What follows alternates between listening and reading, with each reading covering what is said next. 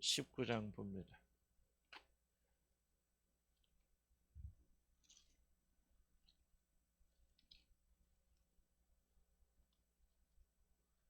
(45절) (46절) 먼저 읽습니다. 45절 46절 같이 한번 읽어볼까요? 시작. 성전에 들어가사 장사하는 자들을 내주시며 그들에게 이르시되 기록된 바 내 집은 기도하는 집이 되리라 하였거늘 너희는 강대 속을 만들었도다 하시는도다. 또 21장 34절 봅시다. 21장 34절 36절까지 읽습니다. 시작. 너희는 스스로 조심하라. 그렇지 않으면 방탕함과 술 취함과 생활의 염려로 마음이 둔하여지고 뜻밖의 그날이 덫같이 너에게 임하리라. 이날은 온 지구상에 거하는 모든 사람에게 임하리라. 이러므로 너희는 장차 올 이 모든 일을 능히 피하고 인자 앞에 서도록 항상 기도하며 깨어있으라 하시니라. 아멘. 기도에 대해서 주제에 나오면 꼭 기도란 말이 안 들어가서도 그래서 기도를 의미한다. 또는 기도라는 말 한 번 정도 나왔어도 기도에 이게 굉장히 중요한 영향을 주는 말씀이구나 생각이 되면은 제가 이렇게 이제 기도에 대해 정신에 대해서 이렇게 배우게 되는데 참 좋은 것 같아요. 그래서 오늘은 마음을 정결케 하라. 기도하는 자의 자세, 마음을 정결케 해야만이 올바른 기도할 수 있고 하나님께서 그 기도를 들으신다. 그런 뒷부분 특별히 기도에 대해서 말한 것처럼 종말에 대해서 많이 말씀하지만 그러나 기도라는 말이 들어가 있고 또 기도의 정신과 많이 연결되어 있기 때문에 기도와 연결돼서 생각하는 것도 중요하겠다 생각이 듭니다. 프린트 한번 볼까요? 기도의 중요한 요소 중에 하나는 뭐냐면 무엇보다도 마음을 민감하고 정결하게 유지하는 것이죠. 자꾸 이제 이 말을 왜 이제 우리 강조해 드냐면은 우리 한국 사람들은 기도의 핵심을 열심으로 보잖아요.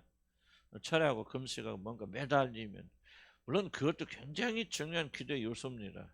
사실은 예수님이 강조하시는 두드리고 찾고 구하라는 것을 지속적인 기도를 굉장히 강조하셨죠. 그러나 무작정 그렇게 하면 우리는 뭐예요? 하나님 뜻도 아닌데 그냥 무작정 그렇게 하는 거 그거 잘못된 거거든요. 그래서 하나님께서는 기도의 올바른 측은지 갖춰지고 그리고 계속해서 구하라 기도하라 그런 것이지 기초가 안 되어졌는데 구하기만 된다. 그건 잘못된 겁니다.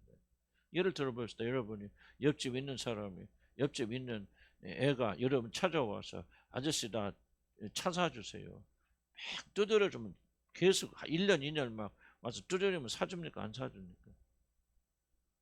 제가 볼 때는 사주는 사람 없을 것 같아. 아무도 뭐 몇 천만 들여서 안 사주지. 왜 안 사줍니까? 자기가 상관이 없잖아요. 그러니까 우리는 한국 사람들은 뭐 우리가 열심히 두드리기만 하면 옆집 아저씨가 됐건 아줌마가 됐건 그냥 우리가 시끄러서라도 뭐라도 감동해서 반드시 차를 내가 원하는 걸 줄 거 아니냐 이런 식으로 기도를 한단 말이죠. 그거는 절대 일어날 수 없는 일이거든요. 그러면 가서 구하에서 옆집 아이가 먼저 구하에서 얻어내려면 먼저 뭐가 이루어져야 돼요. 관계 이루어져서 뭐 그 아이가 내 양자가 된다든지 뭐 어찌 뭐 유수를 펴서 내 친아들이 된다든지 그렇다면 관계가 된 다음에는 그가 계속 두드리고 돌라고 하면 줄 거 아니에요. 기도는 항상 뭐야? 관계 때문에 주는 거죠. 하나님께서. 하물며 하늘에 계신 너희 목께서 아버지께서 그 아들들이 밤낮 부르짖는 것을 듣지 않으겠나. 근데 우리는 아버지가 아들이고 그냥 나발이고 필요 없어. 한국 사람들은 무조건 두드리기만 하면은 뭐 옆에 있는 사람이 가서 아저씨 나 차 사주세요. 이렇게 벤츠 사주세요. 그렇게 밤낮으로 요구하면 그렇게 들어줄 것이다. 그런데 그 들어줍니까? 경찰 불러서 당장 잡아가죠. 그러니까 우리가 이거 아무것도 아닌 것 같지만 굉장히 중요하거든요. 한국 사람들은 기도에 대한 오해를 바로 잡지 않으면 기도할 수 없어요.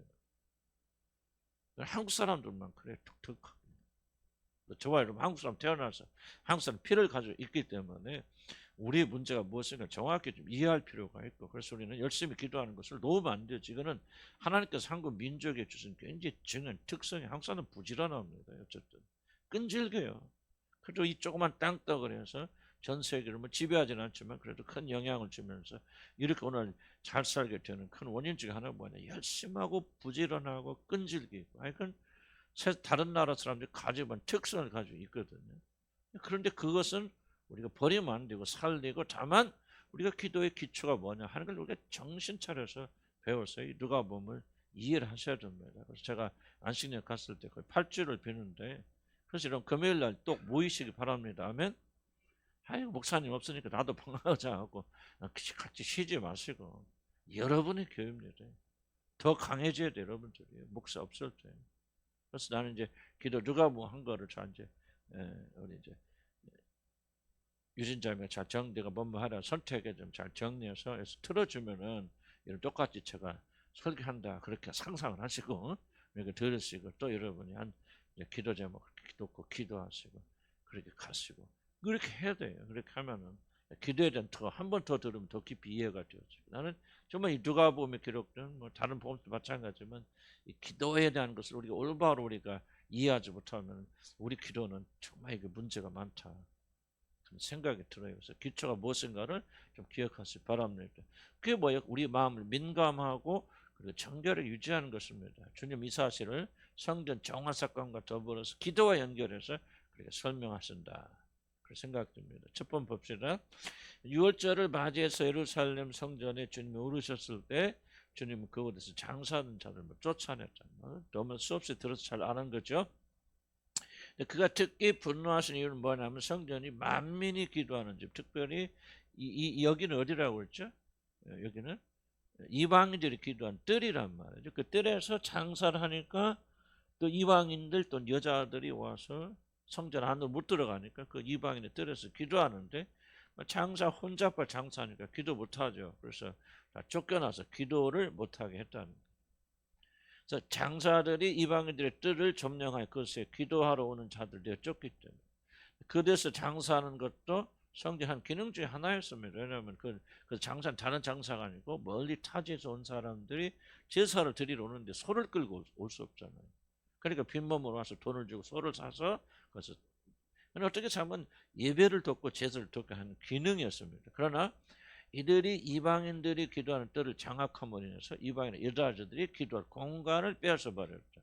그래서 분노하신 것입니다. 자, 이들을 내어 쫓으시면서 주님께서 강조하신 말씀은 성전의 가장 중요한 기능 중에 하나가 기도하는 일이라는 사실. 물론 가장 중요한 기능이냐 아니냐는 것은 뭐 논란의 여지가 있겠지만 가장 중요한 기능 중에 하나는 기도하는 일이죠. 저는 기도를 굉장히 중요하게 여깁니다. 제가 뒤에도 설명했죠. 왜 중요하게 여기는지요. 기도는 내가 지난주에도 말씀드렸죠. 아브라함의 신앙을 보면서 많이 도전받는 게, 아브라함과 하나님과 가진 관계는 우리들이 구원받는 우리들이 정말 꿈에도 그리는 그런 관계거든요.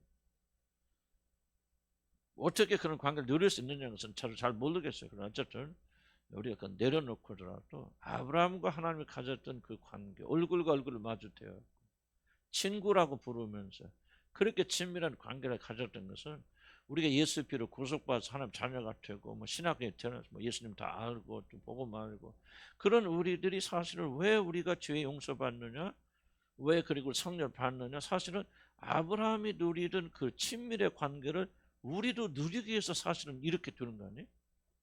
죄 용서 받고 성령을 받고 성령 우리 안에 거하셔서 그래서 우리가 새롭게 되고 거룩하게 정결해서 결국은 우리가 하나님 밖에는 하나님이 우리의 모든 것이 되는 그런 사람이 되어져서 아브라함처럼 그런 친밀한 관계 그리고 순종했던 세상에 아들 죽여 범죄로 퇴직을 해내니까 그냥 새벽에 일찍이나 짐 싸고 가서 칼로 잡는 친구가 어디가 있어요. 그런 사람. 사실 이게 우리 믿음의 신앙의 궁극 끝이거든요. 나는 여러분이 그걸 고민하면서 생각할 필요가 있다고 생각합니다. 이상하게 들릴지 모르고 여러분이 좀 벅찬 질문이 들지 모르지만 그럼 신앙의 궁극적 목적은 무엇입니까? 우리가 왜 교리를 배우고 성경을 배웁니까? 사실은 우리 죄가 무엇인가 깨닫고 죄를 회개하고 하나님과 관계 회복하고 성령 받아서 무엇을 하는 거죠? 하나님과 친밀, 그리스도를 통해서 그리스도 안에서 하나님과 친밀한 교제를 누리자는 거예요. 무슨 뜻이냐 이해가시죠? 이해갑니까? 그렇다면은 많이 생각해 보면 설교도 중요하고 여러분 가르침도 중요하고 찬양도 중요하고 헌금도 다 중요한데 바로 이런 것들이 점점 어디를 향해 가느냐면 하나님과 깊은 교제와 친밀을 나누는, 나는 결국은 기도를 향해 간다고 생각해요. 기도가 제일 중요하다 뭐다. 나는 기도는 굉장히 제가 좀 잘 설명을 잘 못하겠지만요. 뭐 어떤 순서나 종교 행위 하나라고 보는 건 좀 잘못된 생각이에요. 어떻게 생각하면 우리의 모든 신앙과 이 모든 관계를 압축한 하나의 어떤 열매 같은 것을 기도라고 생각했죠.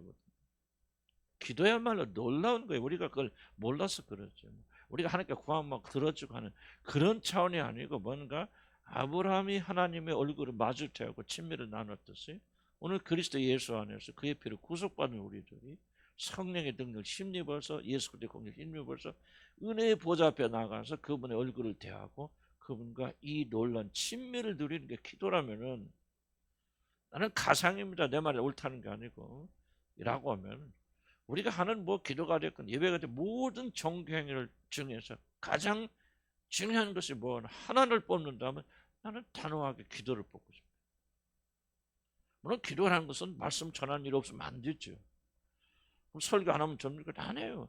하고 다 필요한데 거기가 중요한 게 아니라 그걸 통해서 우리들이 기도하는 자리로 들어가기 때문에 나는 개인적으로 그렇게 생각합니다. 뭐 기도를 무시하는 사람 많이 계시지만 또 나도 기도 잘 못해. 물론 기도는 막 우리가 막 열심히 기도해서 하나님도 물론 받아낸다는 차원에서 생각하면 또 다른 차원이죠. 그러나 기도의 어떤 진면을 우리가 이해하게 된다면요. 사실 기도는 인간이 할 수 있는 구원받은 자를 할 수 있는 가장 숭고한 종교행위 어떤 종교 행위란 말이 좀 표현이 그렇지만 할 수 있는 가장 놀라운 영적 행위는 나는 기도라고 당연히 그렇게 막 기도의 본래 뜻을 살린다면 우리가 기도할 때 하나님 앞에 나오잖아요. 여호와의 임재 앞에 들어오죠. 하나님 임재 앞에 들어오잖아요. 그 찬란스러운 지성스 영광스에 어떻게 들어갑니까? 예수의 피를 의지해서 하나님 앞에 기도할 때 우리가 들어가는 거예요. 그래서 나는 기도같이 중요한 것이 없다는데 그렇게 개인적으로 이렇게 생각하고 반대하시는 분도 계시겠고 또 뭐 달리 말하는 분도 계시겠지만은 나는 좀 이렇게 제 이제 생각과 이해를 좀 확장시킨다면은 그래도 기도 못하고 이게 나는 이 기도가 이제 이해를 하면 할수록 참 기도하기 어려워지는 거예요. 하지만 기도를 좀 적어도 그런 식으로 기도가 얼마나 중요한 것인가 단순히 우리의 필요를 구하여서 우리가 필요를 얻어낸다고 하는 그런 수준 나온 기도의 한 일부분이지만 그런 수준 낮은 차원에서 기도를 보지 마시고 모든 종교형의 핵심이 꽃이 어디서 피냐 열매 어디서 맺냐 기도라는 것을 만난다. 그래서 기도 이상의 중요한 것은 없고요. 이 세상에 그 어떤 것도 기도를 대체할 것이 없고요. 기도를 대체할 것이 없습니다. 왜 스미께 분노하십니까? 하나님과 우리 인간 사이에 이르는 최고의 긴밀한 이 관계를 이 장사들이 가로막고 있기 때문에. 사실 이들도 예배를 돕기 하고 믿음을 돕기 위해서 뭐 팔기도 하지만 가장 중요한 자 벌써 예수님께서 하나님께서 나는 제사 좀 그만 지라 나 피비린내 징그럽다 야 소 좀 그만 잡고 양 좀 그만 잡아라. 예수님이 하나님께 제사는 책망하시고 물론 잘못된 제사를 말하지만 잘못 제사를 책망하시고 제사를 제거하시면 어디 한경 그 절에 기도하는 자를 물리친다는 말 어디가 있어요? 한마디 그런 거 없어요. 기도 좀 그만해라 그런 거 어디가 물론 이제 가짜 기도는 뭐 그런 거는 포함이 되겠지만 그래서 약간 이 기도의 중요성을 좀 이해를 해주시기 바랍니다. 2번 봅시다. 성전은 건물 이상의 깊은 의미가 있지만 성전의 중요한 기능은 기도라는 사실을 말씀하시고 다른 일로 인하여 교회가 기도한 일에 방해를 받아서는 안 된다는 걸 가르치십니다. 만약 교회가 음악회나 요즘 음악회 굉장히 많이 하더라고요. 바자회 수없습니다. 바자회.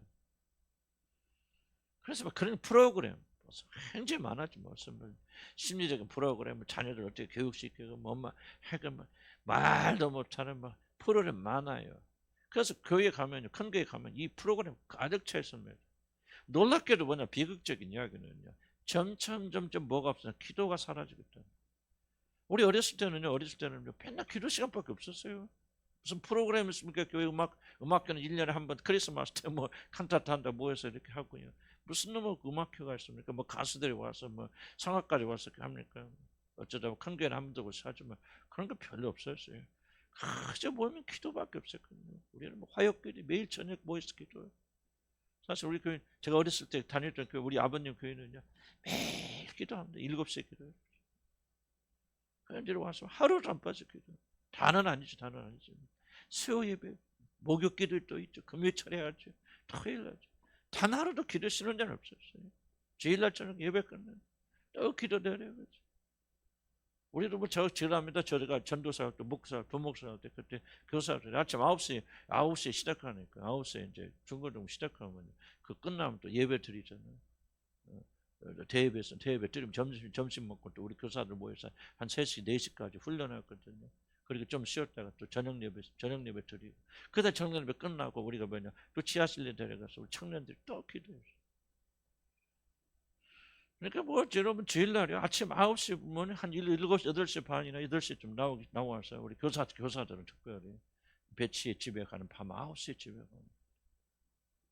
가는 그런 생활했어요. 그래도 기쁨이 참 많아요. 그러니까 그때 같이 가던 교사들 중에 목사 된 사람이 얼마나 상모 된 사람 많아요. 지금도 한 명도 세장 나가지 않고 지금도 얼마나 열심히 섬기는지 모르는데 나는 뭐 지금 그런 식으로 하면 여러분 다 도망가고 지금 오후 3시에 끝나는 것도 그냥 기네 뭐네 뭐 사실 입이 삐죽삐죽하고 피곤합니다. 뭐합니다. 물론 이런 몸이 약해서 그럴 수 있겠지만 나는 그때 생각해 보면요. 나도 지금 하나 못하지만은 진짜 옛날 사람들은 뭐 프로그램 있나 재미가 있나? 그냥 모이면 예배드리고 모이면 기도하고 모이면 근데 지금 요새 교회는 뭐야 다 이게 사라져버렸죠. 한국 교회가요. 달리 여러분 죽는 거 아닙니다. 한국계 망하는 이런 뭐 윤리다 도덕이다 뭐 어쩌다 저쩌다 목사 타락이다. 근데 그건 다 부수적인 얘기예요. 그 뿌리가 뭐냐면 기도가 사라졌기 때문에. 기도가 사라지니까 목사 타락하는 거예요. 기도하지 않으니까 목사가 돈 욕심 생기는 거 놀고 먹고 놀고 생각하고 조금 그러고 우리는 막 9시까지 기도해서 아침 9시 시작 밤 9시 12시간을 교회에 가면서 다 직장 다니는 사람들입니다. 아침에 조금 자고 이제 아침 나가서 또 은행원도 많이 있었고 뭐 있었고 뭐 교사들 뭐 단순 학교 선생님들도 많이 있었고 다 9시 또 나가 월요일부터 가서 봉사.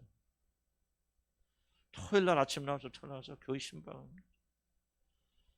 정말 그런 때가 많이 그런 때가 있었는데 지금은 뭐 그런 거 하면 교회 누가 옵니까? 그냥 목사 돌맞아 쭉쭉. 지금도 그런 교회들이 있어요. 그런 교회들은 부흥하고 성장하고 살아있고. 나는 우리 교회가 뭐 옛날 글로 돌아갈 수는 없지만은 하여간 좀 조금 이게 우리도 많이 고민해야 되는 그런 영역이잖아요. 편안감만 생각, 건강만 생각하는데 그냥 물어볼게 건강합니까 그렇게?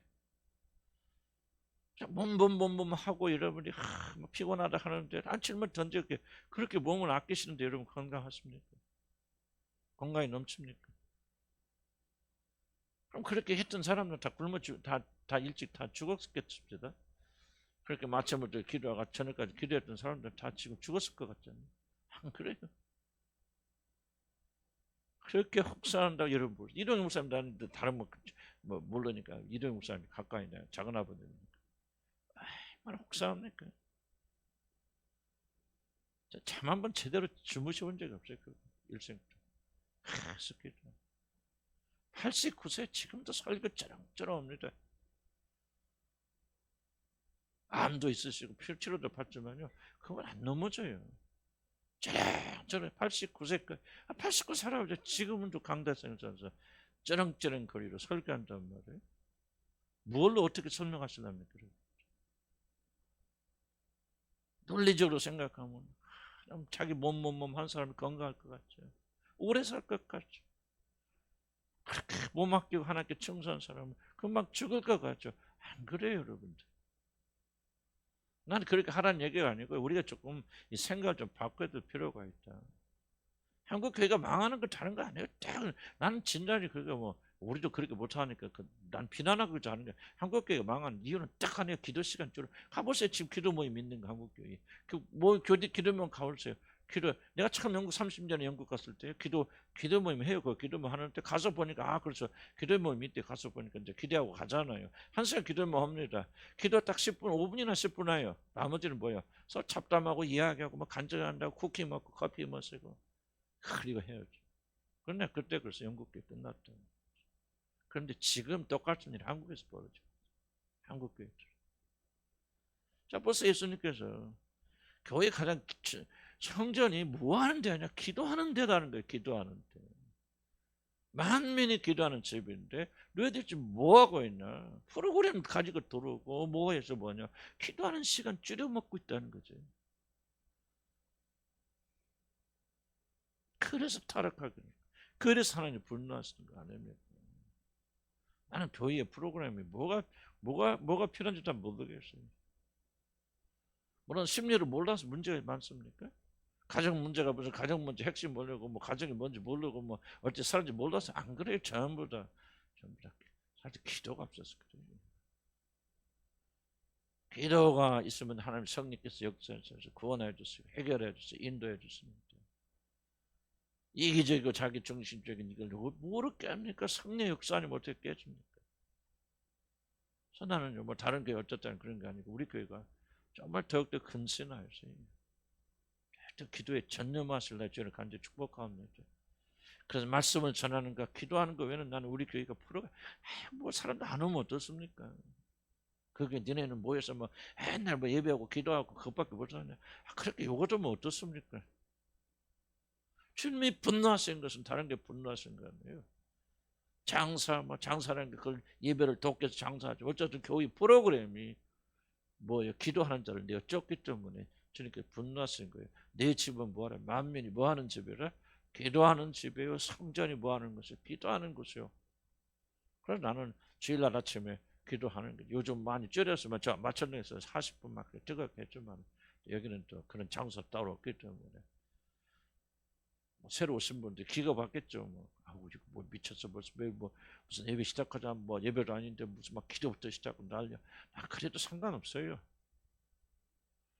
제일 중요한 시간이 그 시간에 20분 동안 기도하면서 그 기도가 있기 때문에 예배가 그래도 살아가고 기름 부으시면 임하는 거. 우리 같은 교회가 그래도 지금까지 이렇게 유지가 되는 거예요. 기도 없어 보세요. 기도 정단해 보세요. 여러분 우리가 유지될 수 있는지.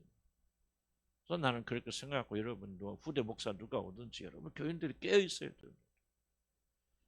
기도 없는 교회는 적은 교회죠. 헛개요. 기도 없는 설교는 가짜예요. 나도 정말 이게 고민하고 있는 부분이에요.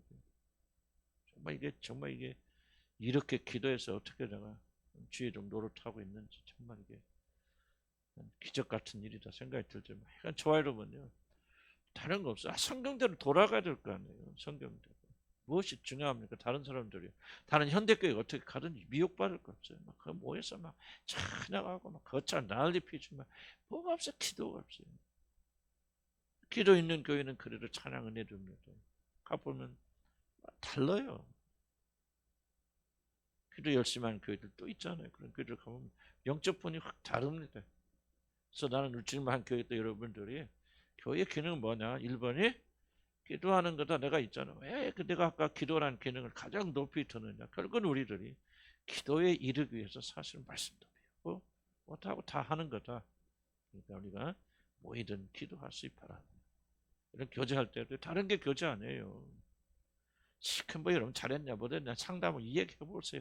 해결책 나는지 안 되는지 그 시간 이래서 엎드려서 같이 손잡고 기도하세요. 학교에 나와서 역사하세요. 기적 베풀었어요. 돌파시켜 주세요. 그럼 우리가 주고받을 때도 있고 뭐 상담 할 때 있고 다 그렇겠죠. 그러나 기도 없는 상담이 무슨 기도 없는 설교가 무슨 의미가 있죠. 다 가짜 적은 거예요. 내가 아무리 떠들어 성령께서 내 말을 여러 마음에서 심겨주지 않으면 한마디라도 소용이 있습니까? 그냥 떠들다 끝나버리는 거죠. 성령 역사에서 기름 부으셔야 되니까 죽으나 이런 가정이 왜 안 변합니까? 기도 안 해서 그래요 여러분들. 왜 가정 문제가 그렇게 해결 안 됩니까? 기도 안 해서 그러는 거예요. 엎드려서 정신 차려서 엎드려서 기도해 보세요. 왜 하나님께서 안 들어주십니까?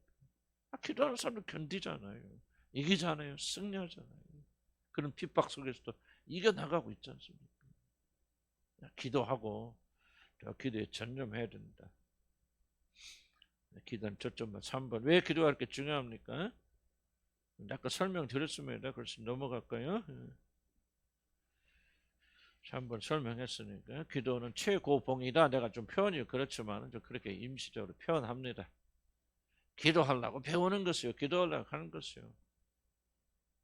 말씀 깨닫고 내 죄가 용서되었을 믿고 성령 받아서 그리고 뭐예요? 그 사람은 하나님께 나가 기도하는 거예요. 그 사람은. 4번 볼까요? 기도의 의미가 이렇게 중요하다는 사실이 알려졌기 때문에 성전 정화에 대한 주님의 교훈은 단지 교회 건물이나 교회 조직 지반을 말하는 것이 아니다. 이제 확장됩니다. 물론 건물 중요합니다. 건물은 기도의 방해는 어떤 일도 해서는 안 된다. 내가 쫓아라 그 말이야. 쫓아라. 내가 전에 그 말 교회에서 그냥 예배드리고 기도하는데 뒤에서 막 뭐 성경들 장사하고 막 난리 펴서 내가 뭐라고 했는지 그런데 그 사람들 쫓겨난 게 내가 쫓겨났다. 농담입니다. 진짜 그런 일이 있어서 내가 괜히 싫어해서 뭐라고 했는데 안 좋아하더라 교인들. 나는 이제 그런 것도 예를 들죠. 나는 이걸 기억했어요. 교회 안에 존재는 그 어떤 프로그램과 컨셉도 기도를 대체할 수 없죠. 기도는 유일무이한 것입니다. 기도의 가치를 우리가요 다른 것과 비교할 수 없어요. 여러분들. 서로 사랑을 나누고 헌신하고 뭐하고 그게 여러분 우리 생각 뭐 그게 기도지. 뭐 기도는 꼭 앉아서 기도하는 겁니까? 우리가 서로 사랑하고 공을 베푸고 뭐 서로 살피고 막 이야기 들어주고 또 뭐 하고 이게 기도지. 여러분 그렇게 말하 그거는 여러분 이단적 말입니다. 그 어떤 선행도 기도를 대체하지 못합니다. 기도는 하나님 앞에 서는 거예요. 하나님 앞에 앉는 거예요. 무슨 뜻인가 이 가시죠. 우리가 최고의 선을 사람에게 베푸고 여러분의 몸을 불사는데 내어줄지라도 그 기도를 대체하지 못합니다. 기도는 독특한 겁니다. 우리가 선한 행위를 보시고 하나님이 우리 은혜를 줄 수 있지만은요, 기도는 하나님께 직접 나가는 거예요. 하나님과 얼굴을 마주대고 나누는 거예요. 그런 기도가 얼마나 중요합니까? 그래서 나는 이제 기도 제대로 못하지만 참 부끄럽지만은 나는 이렇게 단호하게 말씀, 기도를 대체할 수 있는 건 그 어느 것도 없어요. 설교가 아닙니다. 나는 그렇게 믿어요. 설교 백날 해보세요. 기도 없으면 죽어요. 알긴 알고 머리만 커져 나가죠. 그러니까 설교가 됐건 헌신이 됐건 찬양이 됐건 무슨 찬양이 기도가 아니에요. 기도는 난 독특하다고 믿고요. 기도를 대체할 수 있는 아무것도 없다. 기도가 존재하는. 그래서 예수님도 말하잖아요. 끝까지 인내하며 기도하는 자를 몇이나 만나야 돼. 이 마지막 시대 그 믿음을 가진 자를 내가 몇이나 만나게. 뭐요? 마지막 시대의 특징 기도가 점점 사라져서 기도하는 자들 찾기가 어려워진다는 게 현대 교회가 지금 그렇게 돼 있잖아요. 여러분 꼭 기도하세요. 무릎 꿇으세요. 하면 꼭 무릎 꿇고는 못하더라도 그 마음 심정으로 절대 기도하는 시간을 빼앗기지 마시고 기도에 전념하시다 주를 간 축복합니다. 그러면 살아요. 기도에 전념하시고 기도하고 자고 기도하고 나도 이게 이런 패턴이 많이 깨져가지고 내가 좀 저도 많이 헤매고 있는데 다시 좀 회복하려고 많이 멈추고 있습니다. 기도 깨지면 다 깨져요. 기도하는 일에 초점 맞추시고 기도한 일은 빼먹지 마시고 기도한 일 마시고 피곤하다고 기도 시간 한 번 빼먹고 이거 빼먹고 집에서 기도 이런 식으로 해보세요. 이러면 기도 싹 없어져요. 그래서 우리는 악착까지 기도는 지켜야 되겠죠. 아멘. 그래서 막 기도 하루 빠졌을 때면 나도 주일날 저녁 같은 거는 아무리 노력해도 안 돼. 너무 피곤하니까. 그래서 저도 고민하는데 그때는 좀 쉬어야 되겠다. 그래서 하여간 좀 제가 수요일날 목요일날 오전만 하고 오후에는 저녁에 제가 어저께는 병원 가서 주사를 맞았는데 그냥 내가 밥 먹고 쓰러져 버려서 못 나왔어요. 좀 죄송합니다. 내가 기도를 우선하기 때문에 내가 뭐 피곤해서 줄인 게 아니에요. 사실 내가 줄인 가장 큰 1번의 원인은 저녁에 기도 시간 확보하기 위해서 내가 줄인 거예요. 잠깐 여러분들이 집에서 기도해도 괜찮아요. 여러분들 꼭 교회만 나와서 뭐 그런 거 없고 또 집에 더 잘 되는 분도 계실 것이고 성전이 가진 중요한 장점이 있습니다. 사실은 기도하는 순간 굉장히 경건한 마음을 가지고 들어오고 집에서 하는 건 자세 다를 수 있고 그러나 또 어떤 사람도 다를 수 있거든요. 사람마다 다르니까 집이 됐건 어디가 됐든 기도하는 시간만 빼앗기지 않겠다는 주를 간 축복한 기도의 생명값이라 하면 그게 마지막 사는 비결이다. 자, 그래서 이건 단순히 건물만 말하는 것이 아니고 더 이제 확장되어 나갑니다. 그래서 이게 뭐냐? 너희는 너희가 하나 한번 읽어볼까요? 두 번째 줄 시작. 너희는 너희가 하나님의 성전인 것과 그리스도의 죽음과 부활 사건 이후 우리 모두들은 하나님께서 거하시는 하나님의 성전이 바로 누가 성전이에요? 여러분이 성전이 됐다. 그래서 건물의 개념은 사실은요 그때부터 약해집니다. 그래서 건물에 뭐 특별한 의미가 있어서 우리가 건물에 나와서 기도하는 게 아니고 습관적으로 건물에서 기도하다 보니까 이렇게 기도에 더 집중이 된다. 그런 의미에서 우리가 교회에서 기도하는 게 좋다라고 말하는 것이지. 이 교회에 성령이 계시고 집에는 안 계시기 때문에 교회 와서 기도하라. 그런 뜻은 아니에요. 왜? 성전의 의미는 그리스도 예수 안에서 뭐로 바뀌냐? 우리가 성전. 우리가 성전. 그러니까 예수님께서 성전을 정화시켜서 기도를 방해하는 것들을 쫓아냈다는 말은 뭘 의미하겠어요? 이제 우리로 적용하는 점. 우리 마음속에 들어있는 기도를 방해하는 모든 요소들을 정결케 하고 내어 쫓음으로 우리가 기도하는 그런 사람으로서 이번엔 자세를 갖추라는 그런 얘기겠죠.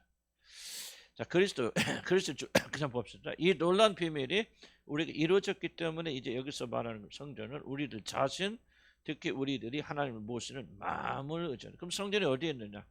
정확하지 않죠. 뭐 성전이 뭐 예수님이 성령이 어디 계시냐? 정확하지 않죠.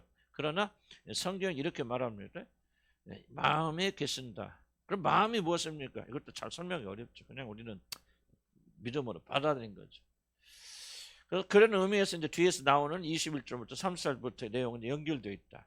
우리 주님은 건물의 1차적 의미를 뛰어넘어 각자가 하나님께서 친히 가신 성전이 되었거든요. 여러분이 건물이에요. 여러분이 성전이에요. 아멘. 신학 그렇게 그렇기 때문에 하나님의 영을 모시는 우리들의 마음이 정결하도록 자신의 마음에 들어있는 온갖 더러운 것들을 내보내야 한다는 사실입니다. 그래서 지금 여기서 말하는 진짜 중심적 내용은 여러분 마음에 드는 잡다한 것을 내어 쫓아라. 거룩하게 하고 정결하게. 그래야만 우리들 자신이 기도하는 집이 되어서 하나님과 깊은 친밀의 그를 나눌 수 있다. 왜 우리가 기도하지 못합니까? 우리들이 기도가 하나님께 상달되지 못합니까? 우리 마음이 더럽혀져 있기 때문에. 그러니까 우리가 마음을 깨끗하게 하기 전까지는 우리 기도는 하나님께 상달되기 어렵습니다. 그러니까 열심히 기도하는 거, 눈물 콧물 흘리는 게 중요한 게 아니다. 뭐가 중요한 게 마음을 정결케 해서 하나님의 영이 가서 하나님 만나는 그 지성소가 어디가 지성소입니까? 이제 신약 의미에서 지성소는 바로 우리 하나님 임재가 어디 하나님 우리 안에 거하시기 때문에 우리 마음이 지성소가 됩니다. 이 지성소를 깨끗하게 됩니다. 그런데 사실 우리가 온갖 것으로 더럽혀져 있잖아요. 그러니까 우리가 기도하십니다. 그러니까 우리 기도가 지저분해지는 거죠. 그래서 하나님 우리 기도 들으실 수 없는 거죠. 믿음만 있으면 된다 이렇게 말하면 안 됩니다. 그렇게 말하면 안 돼요. 물론 믿음이 가장 중요한 요소이지만은 그럼 오늘 말하잖아요. 울음소리 나잖아요. 소소리 나죠. 똥 많죠. 냄새 나죠. 뭐가 그렇다는 거예요? 저와 여러분의 마음이 그렇다는 거예요. 그러니 우리가 어떻게 기도하냐 그 말. 열심히 기도한다고 그 똥소리, 똥냄새가 없어지냐 그 말이죠. 열심히 기도한다고 그냥 잡다한 생각할 때 아니지. 먼저 우리 마음이 깨끗하고 정결케 내어 쫓아내고 정결케 하고 깨끗한 마음을 유지하고 이 상태에서 우리가 기도할 때 하나님께서 들으시고 하나님께서 우리에게 임재하셔서 사랑 나누시는 것이죠. 이러지 못한 상태에서 맨날 울부짖는다고 무슨 의미가 있냐고. 이해 가시죠? 난 여러분의 기도를 이제 심각하게 생각하시고 기도에 생명을 걸기 원한다면 반드시 이 기도에 대한 가르침을 무시하면 안 됩니다. 강가하면 안 됩니다. 우리는 얼마나 우리만의 더럽고 지저분하지만 회개치 아니하고 그 죄를 그대로 가지고 있은 채 그냥 뭔가 기도만 하기만 하면 된다고 하는 어떤 정말 미신적이고 사단의 잘못된 가르침을 가지고 기도하기 때문에 그 기도가 어떻게 하늘에 상달될 수 있을까요? 적은 관계잖아요. 적은. 정말 심각하게 생각해요. 그래야만이 깨끗하게 돼야만이 우리가 하나님과 깊은 친밀을 나눌 수 있다. 5번 이것은 기도는 바로 우리들의 마음으로 하나님과 나누는 깊은 참 친밀해. 아까 설명했습니다. 그래서 넘어갑시다. 3페이지 넘어가면 이제 34절부터 마지막 심판에 대해서 말합니다. 심판의 주제와 기도의 주제가 연결되어 있어 이걸 어떻게 연결시키는가 저도 조금 고민됐지만 하여튼 제가 한번 연결해 봅니다. 모든 자들 심판 받을 것은 사실입니다. 그날이 덫과 같이 임하리라고 말씀하십니다. 덫과 같이 임한다는 말은 숨겨진 것, 예상치 못하는 것이 너무 덫이 뭐의 함정이죠. 그렇지 뭐를 암시가 있냐면 보이지 않잖아요. 걸려 넘어지는 거죠. 난 이게 덫이라고 생각합니다. 많은 자들이 구원 받았던 그 믿음을 가지고 난 다음에 무엇을 잘못 오해하냐면은 우리는 예수를 믿고 구원 받았고 하면 자녀가 되었고 성령을 받았으니 절대로 심판받아서 지옥 가는 일은 없을 것이라고 그렇게 하는 속임수가 덫에 걸리는 거예요. 우리 지옥 간다 뭐 이러면은 좀 표현이 그렇지만 우리는 심판받지 않는다. 우리는 어떻게 되는 거냐, 천국 간다, 심판받고 예수님이 다 심판받았고 나대서 그렇게 끝났기 때문에 마지막 심판과는 나는 상관이 없는다. 우리 어떤 일이 있어도 다 천국 가게 될 것이라고 하는 사단의 거짓말에 속아서 있다가 나중에 뭐야, 그게 아니네, 심판받는구나, 준비되고 예비되지 않죠, 슬피 울며 이를 갈게 되는 것이 덫에 걸린다. 지금 성경이 그걸 말하고 있는 함정은 보이지 않잖아요. 안 보이잖아요. 나는 계속 많이 강조해 왔지만 강조하면서 나도 또 막 심판 두려워서 막 그렇게 살지도 않아도 참 인간이 참 그래요. 그렇긴 하지만 어쨌든 성경이 가르쳐, 나는 보면 또 심판에 대해서 저는 많이 고민되는 부분이 영역이거든요. 도대체 예수 그리스도 믿으면 요한복음 나오자 다시는 영원한 정죄 받지 아니고 심판에 이르지 아니하니 그는 사망의 생명을 이미 옮겨졌느니라. 그래서 무엇을 의미하는지 우리가 잘 이해를 해야 되는데 우리는 무조건 그냥 예수 믿고 구원받고 한 자녀가 되었으면 절대로 심판받지 않고 우리는 그냥 자동으로 천국 가. 그래서 언젠가 그냥 진정으로도 아니고 그냥 예수님 나의 구주라고 믿습니다, 고백합니다. 그런 사람 다 자기 구원받았다, 거듭났다, 난 본어겐 크리스찬이다 그러면서 내 멋대로 살아간 자들이 얼마나 많이 있습니까? 그들이 천국 갑니까? 난 절대 못 간다고 생각해. 구원 받았는데 구원을 잃는다는 뜻은 아니에요. 그러나 진짜 구원받은 게 아니에요. 그 사람들은 진짜 구원받아서 그렇게 말하는. 그래서 심판에 대한 것을 정확하게 이해하고 있어야 되는데 나는 믿는 자들도 어떤 형태가 될지 나는 몰라요. 모르지만은 성경에 기록이 안 됐지만은 믿는 자들도 다 반드시 심판받습니다. 그럼 내 말인지 성경 말인지 자 고린도후서 5장 10절 봅시다. 그럼 읽어볼까? 시작. 이는 우리가 다 반드시, 다 중요한 단어가 옵니다. 다, 그 다음 뭐야? 다음은 예외가 있다는 거 없다는 거예요. 없다는 거예요. 반드시 유행수가 있다는 거 없다는 거예요. 그러니까 심판받지 않은 사람이 있다는 거 없다는 거예요. 없다는 거죠. 읽읍시다. 다시 시작.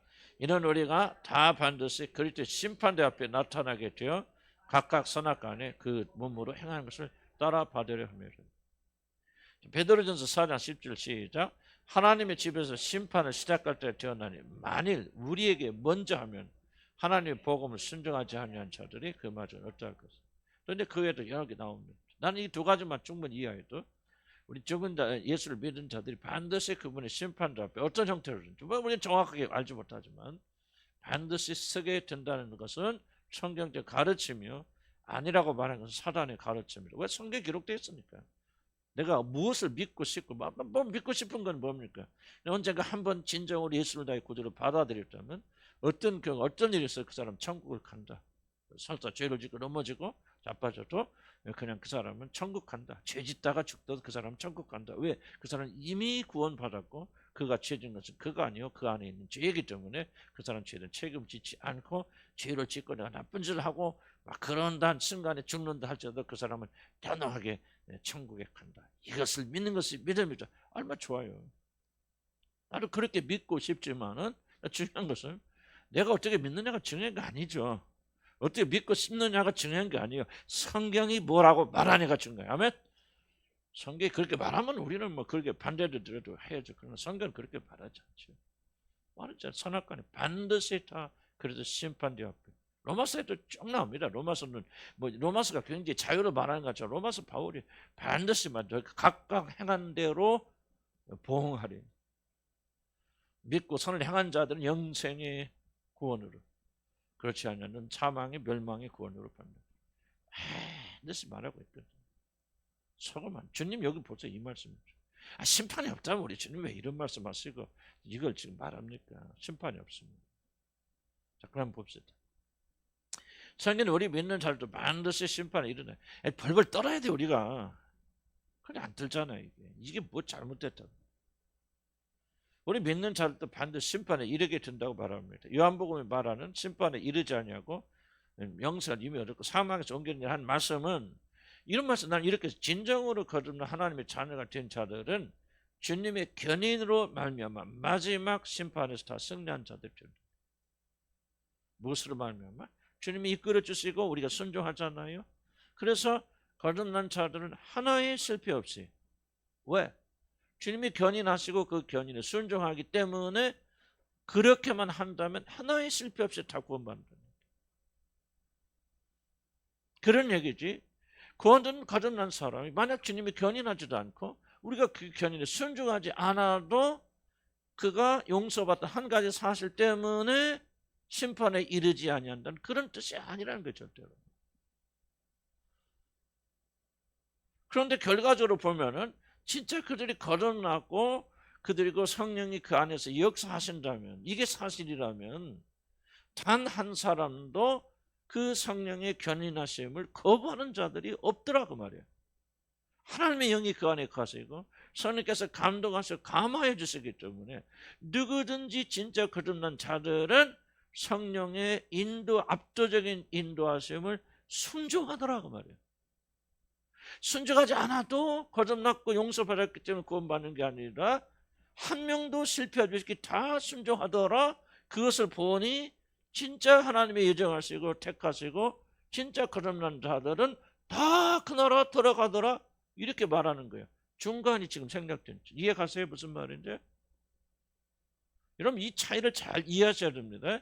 다시 한번, 언젠가 우리가 예수를 나의 구주로 받아들이고 진짜 거듭나서 성령을 받은 자들은 내가 어떻게 살든지 그냥 뭐 이제 구원 받았으니 내 멋대로 살고 내가 하고 싶은 대로 하고 죄짓고 살고 내 중심으로 살고 그래도 그가 한번 거듭났으니 천국을 다 가더라, 이 말이 아니고, 그렇게 하면은 이 사람 지옥 가요 천국 가요? 만약에 그럴 수는 없지만은 거듭난 사람이 이렇게 산다면 천국 가고 지옥 갈까요? 지옥 갑니다. 천국 못 가요. 그런데 보니까 거듭나서 성령을 받은 자들은 하나님께서 그를 압도적으로 견인해 가시고 성령이 그 안에서 역사하시고 이끌어 주시니까 그 누구도 거절하지 못하고 그 인도하심을 하나도 실패 없이 따라가서 결국은 완전하지 않지만 순종하고 라고 발버둥 치고 주 뜻대로 살려고 발버둥 치더라. 그러니까 그 사람들이 마지막 심판대를 이기고 나가고 승리해서 하나님의 자녀 가지고 구원을 받더라. 그럼 아까는 아니 거듭났는데 왜 순종 안 합니까? 그런 일이 어떻게 일어났습니까? 그걸 보니까 그 사람이 진짜 거듭난 게 아니고 거듭난 것 같이 보였고 성령 받은 것 같이 보였지만은 나중에 그가 그리스도의 말씀에 순종하고 복종하지 않고 끝까지 승리의 길을 걷지 못한 걸 보니 뭐라는 거예요? 그 사람의 거듭남이 가짜였구나. 진짜가 아니야. 그래서 결론은 뭐예요? 거듭나서 성령 받은 자들은 하나의 예의가 없어요. 주님의 인도하심을 기쁨으로 따라가면서 부족하지만 회개하면서 죄 가운데 거하지 아니하고 죄지지 아니하도 발버둥 치면서 결국은 마지막 날 두려워하면서 그 심판을 준비하더라. 그렇게 하는 자들은 단 한 명도 실패가 없어요. 다 생명으로 이르고 도달하더라. 아멘. 그걸 보는 거. 그러니까 여러분이 구원받는지 뭐로 합니까? 어떻게? 성령 여러분에 계신지 어떻게 합니까? 여러분 두렵고 떨리는 마음으로 그 구원을 이루어 나갑니까, 여러분?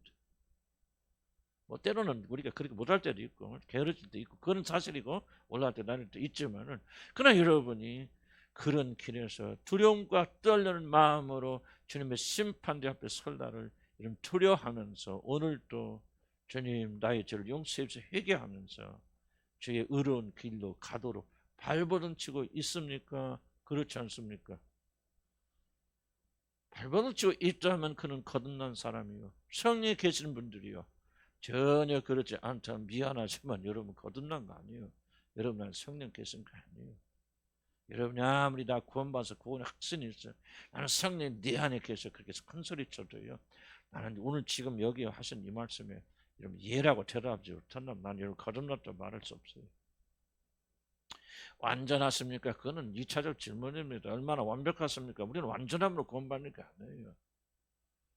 참으로 거듭나고 성령 받은 자들은 하나님의 말씀을 가볍게 여기지 않고 심판되는 말씀을 듣고 두렵고 떨면서 하나님의 이끌어 주심을 기대하고 기도하면서 오늘도 부족하지만 그 심판 앞에 설날 두려워하면서 나가는 거예요. 이게 안 두렵다. 어찌 그 사람 안에 성령 계시다고 말할 수 있습니까? 점수는 매기지 마세요. 다만 방향이 중요한 거예요. 거듭난 사람들은 두렵습니다. 심판을 믿습니다. 왜 심판을 믿습니까? 성경이 있다고 말하니까 믿는 거예요. 거듭남의 중요한 특징 중 하나가 뭐죠? 성경 하나님 말씀을 믿는단 말이야. 두려워한단 말이죠. 하나님 말씀을 사모한단 말이에요. 하나님은 내가 맞는 거 틀리고 내가 틀리고 하나님 말씀이 맞다고 받아들이는 사람이에요. 난 그렇게 아니라고 믿고 아니게 되기를 믿고 한번 구원받으면 다 천국에 가지 하는 그것이 우리 본성에 가까워 육신이 따라간다 할지라도 성경이 아니라고 말하면 아닌 줄 믿는 게 거듭난 사람들이에요. 하나님 백성들이요.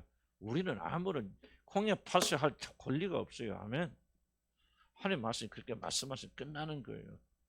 그 말씀 듣고 두렵고 떨 때는 우리가 넘어지기도 하고 때는 게을러지다. 그럴 수 있어요. 그러나 궁극적으로 우리 안에서 어떤 분이 계속 그렇게 하지 못하도록 혼내시고 책찍질하시고 징계하시고 그래서 우리가 또 게으르지 않고 다시 그 말씀을 향해 나가도록 우리가 이렇게 깨울 수 있더라.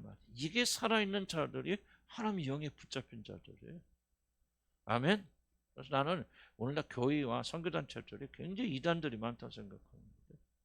기독교 최대, 내 말이 아니에요. 그냥 폴 워셔도 그렇고 복음 전도자들이 아직 그냥 대놓고 까놓고 얘기가 아니라 기독교의 가장 큰 이단은 교회 안에 있지 교회 밖에 있는 게 아니죠. 어떤 게 이단이냐? 예수 믿으면 다 천국 간다고 말하면 다 이단들.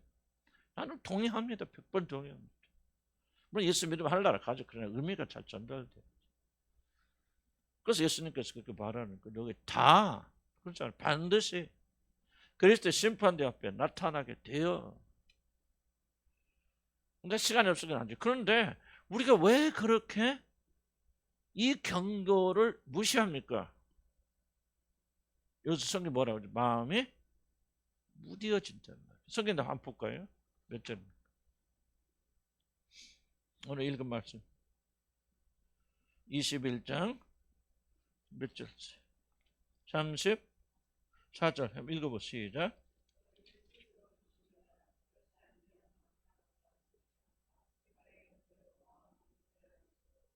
그 마음이 뭐해지고 뭐라고요?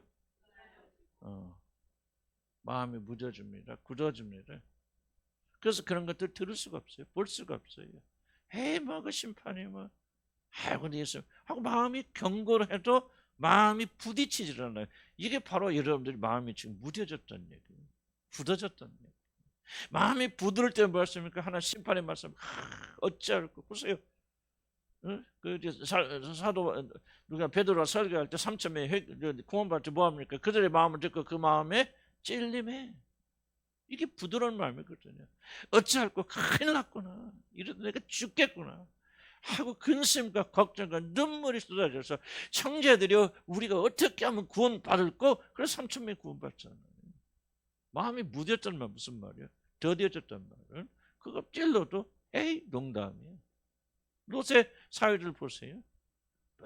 분례를 심판하십니다. 농담으로 얘기했더니 왜 마음이 굳어져 버려요?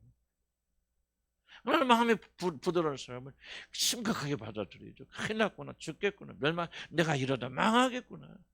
내가 이러다 주님까지 잃어버리겠구나. 내가 이런 식으로 가다가는 정말 신앙도 예수님도 부인하겠구나. 베드로같이 모른다고 부인하겠구나 하고 막 경각심이 생기고 두려운 마음이 생기는데 마음이 딱 굳어져 버리면 어떡합니까? 문제가 없어요. 여러분 무슨 살까 굳어진 거예요. 꼬집어 아파요? 안 아프죠. 무감각해지는 거죠. 그걸 지금 말씀하시는 거죠. 무엇 때문에? 여기 나온 성경 예수님께서 마음의 염려와 세상 염려와 뭐예요? 술 취함과 방탕과 세상의 염려. 세상에 취한 것 때문에 그럼 우리가 그렇게 된단 말이에요. 그런데 이것이 기도하고 무슨 연관이 있다고 그랬어요? 기도하고 어떻게 연관이 있습니까?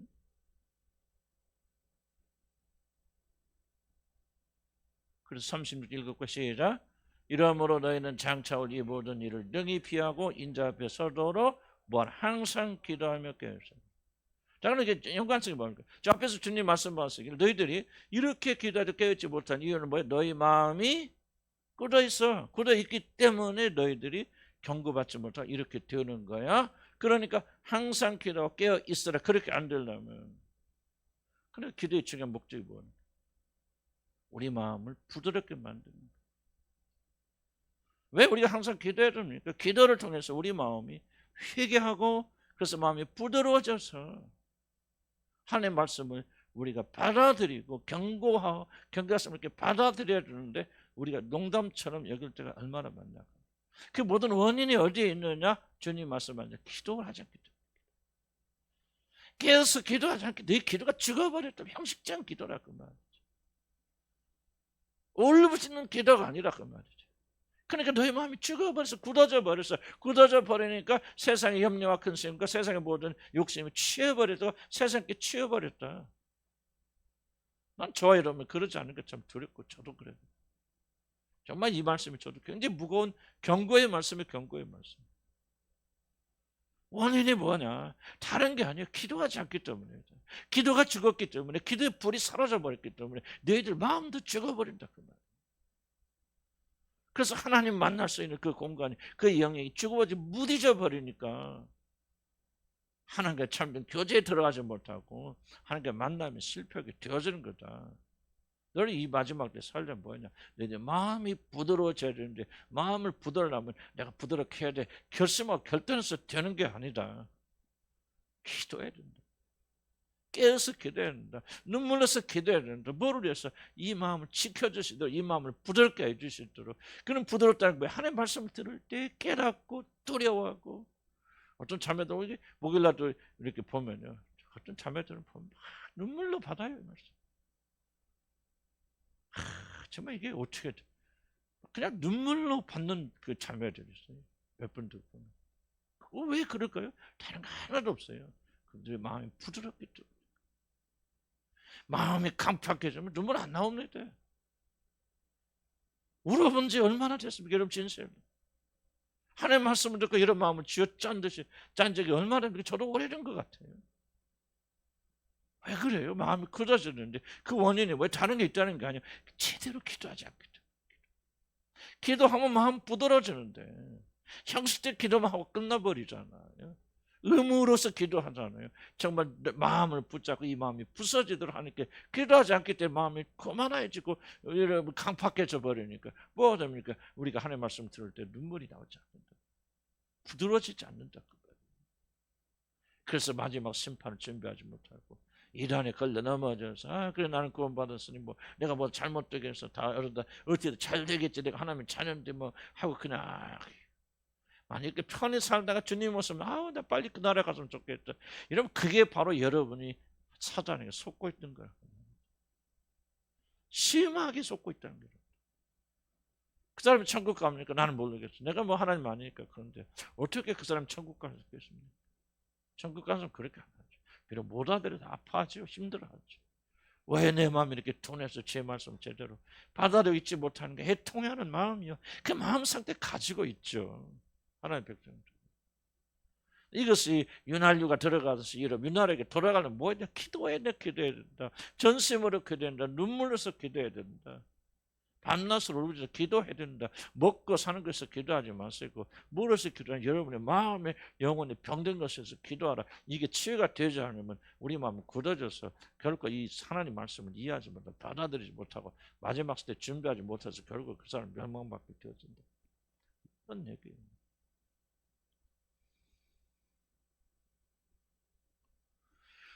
정리하면 예수를 믿는 믿음으로 구원받습니까? 맞아요. 오직 예수님을 믿고 하는 구원에 이릅니까? 맞아요. 맞지만 그 믿음이 도대체 무엇을 의미합니까? 그 믿음은 변명하는 자를 위한 것입니까? 그냥 나는 한번 예수를 믿고 내가 예수를 나의 구주로 믿고 그리고 고백했고 그리고 나의 구원의 확신이 있으니까 나는 어떤 일에서도 하늘나라 갈 것이라는 믿고 그리고 내 멋대로 살아가는 자들을 위한 복음입니까? 그렇지 않다고 생각해요. 만약 여러분이 그런 마음을 가지고 있다면 여러분 전혀 구원받는 것이 아니라고 생각합니다. 나는 그렇게 믿어요. 나는 성경이 그렇게 가르치고 있다고 확실히 믿어요. 구원받은 자들은 비록 완전하지 못해 두렵고 떨리는 마음으로 그 앞에서 어찌할까 하는 그런 심정으로 살아가고 그 심판대 앞에 이르는 것이 두려움이, 만약 그것이 두려움이 사라져 버린다, 별 의미가 없고 여러분이 그 하나 두렵지 않다면 지금 여러분의 영혼은 이런 마음 굳어져 죽어 있는 것 상태라고. 믿음이 좋은 게 아니에요. 믿음이 좋은 게 아니에요. 그렇게 되어 구원받는다 이게 아니에요. 구원 받은 자들은 그런 상태에 들어갈 수밖에 없어요. 그게 정상이에요. 그게 하나님께서 성령을 통해서 우리 이끌어 가시는 방법이에요. 그래서 우리가 경건에 대한 관심을 가지고 거룩하게 살려고 발버둥 치는 거고, 심판이 두렵기 때문에 우리 죄를 되돌아보는 것이지. 심판이 없다면 우리 인간들이 아무리 구원받아도 그렇게 의로움을 하지 않습니다. 이걸 깨어있도록 하는 것이 뭐냐? 기도예요. 기도가 깨어있어야 내 마음이 깨어있고 내 마음이 부드러지고 하나님의 말씀을 들을 때 우리 마음을 가지고 듣게 되었습니다. 오늘 저녁에 이 밤에 주님 오시면 어떨까 하면 여러분 구원받겠습니까? 그때도 여러분 나는 뭐 지금 내 삶은 엉망진창이거든. 그렇게 살아오지만 그래도 내 마음에 주님을 인정하는 게 있어요. 주님을 믿습니다. 그 믿음으로 구원받겠습니까? 한 테라피 해보시라고. 그런 믿음만 있으면 구원받는다. 성경이 그렇게 전하고 있습니까? 참전 구원의 이런 믿음을 가진 자들은 완전하지는 않지만 불타있고 어떻게 하면 주님 앞에 올바로 쓸까 두렵고 떨리는 마음으로 자기 구원을 이뤄나가는 그런 마음을 가지고 오늘도 두려운 마음을 어찌할까 애통하는 그런 마음을 가진다고 말하고 있습니까? 진짜 구원받은 자들은 그래 나는 이제 죽어도 하늘나라 가니 아무 염려 근심이 없다 하고 놀고 먹고 마시자 내 멋대로 살자 그러다가 아니요 여러분 속으면 안 됩니다. 속으면 안 돼요. 근신해야 돼요. 깨어있어야 돼요. 저 여러분들 회개해야 됩니다. 아멘. 돌아와야 됩니다. 복음으로 돌아오고 생명으로 돌아와야 돼. 주님이 경고하잖아요. 기도하지 않기 때문에. 너희 기도가 메말랐기 때문에 너희 마음도 메말른 거예요.